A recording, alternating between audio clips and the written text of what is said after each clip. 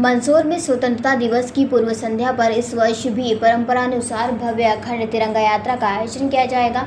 विगत 8 वर्षों से निरंतर आयोजित हो रही यह यात्रा 14 अगस्त की शाम आज़ाद चौक से प्रारंभ होगी। शहर के प्रमुख मार्गों से होते हुए भारत माता चौराहा पहुंचेगी, जहां भारत माता की आरती के साथ इसका समापन होगा। समापन के उपरांत कोटा और बूंदी से आए कलाकारों द्वारा आकर्षक भव्य आतिशबाजी का प्रदर्शन किया जाएगा, जो देशभक्ति के माहौल को और अधिक रोशन करेगा। इस आयोजन में बड़ी संख्या में शहरवासी, युवा और विभिन्न सामाजिक संगठनों के सदस्य शामिल होकर तिरंगे की शान बढ़ाएंगे। यात्रा में जगह जगह देशभक्ति गीतों की धुन और नारों से वातावरण गूंजेगा। वहीं सैकड़ों मोटरसाइकिल और 4 पहिया वाहनों पर तिरंगे लहराते दिखाई देंगे। आयोजन की तैयारी को लेकर गौरव अग्रवाल एवं अखंड भारत तिरंगा यात्रा समिति के सभी सदस्य सक्रिय रूप से जुटे हुए हैं। यात्रा मार्ग और सुरक्षा व्यवस्था को लेकर पुलिस प्रशासन ने भी समिति के साथ मिलकर पूरे मार्ग का निरीक्षण किया, ताकि कार्यक्रम सुचारू और सुरक्षित रूप से संपन्न हो सके। आयोजकों का कहना है कि इस यात्रा का उद्देश्य देशभक्ति की भावना को प्रोत्साहित करना, युवा पीढ़ी में राष्ट्र प्रेम का संदेश फैलाना और तिरंगे के गौरव को जन जन तक पहुंचाना है। शहरवासी इस आयोजन को लेकर उत्साहित हैं और स्वतंत्रता दिवस की पूर्व संध्या पर देशभक्ति के रंग में रंगने को तैयार। पिछले 8 वर्षों से मंदसौर नगर में स्वतंत्रता दिवस की पूर्व संध्या पर 14 अगस्त के दिन देशभक्ति का वातावरण बनाने के लिए युवा साथियों के मन में एक देशभक्ति के भाव को जागृत करने के लिए भव्य और ऐतिहासिक तिरंगा यात्रा निकाली जाती है। इस वर्ष भी 14 अगस्त के दिन शाम को 4 बजे आज़ाद चौक घंटाघर से ये तिरंगा यात्रा प्रारंभ होगी, जो कि मंदसौर नगर के विभिन्न मार्गों से होती हुई भारत माता चौराहे पर भारत माता की आरती करने के बाद इस तिरंगा यात्रा का समापन होगा।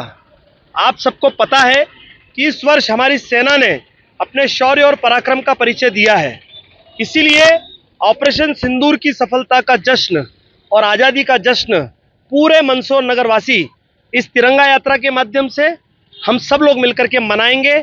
और आरती के पश्चात हम सभी लोग कोटा और बूंदी के कलाकारों द्वारा भव्य आतिशबाजी का आयोजन यहाँ पर भारत माता चौराहे पर किया जाएगा।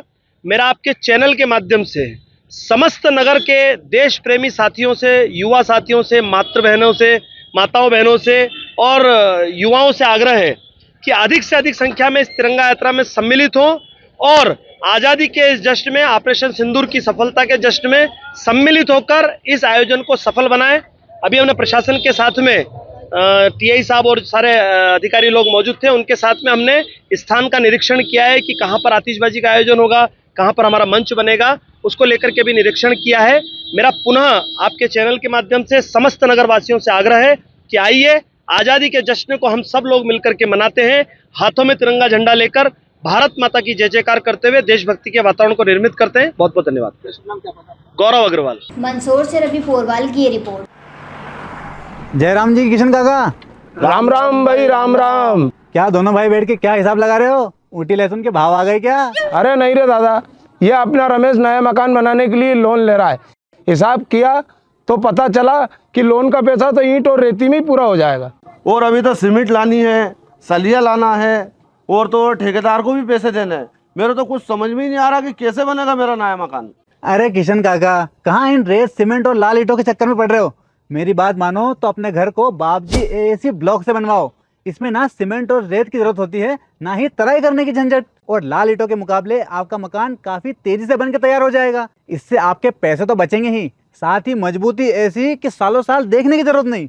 और इससे आप अपना मकान ही नहीं, कुएं और खेत की बाउंड्री वॉल भी बनवा सकते हो, जिससे रोजड़ों की समस्या भी खत्म हो जाएगी। वाह भाई, ये तो कमाल की चीज है। फिर तो मैं अपना घर बाबजी ब्लॉक से ही बनवाऊंगा। और मैं अपने खेत की बाउंड्री वाल।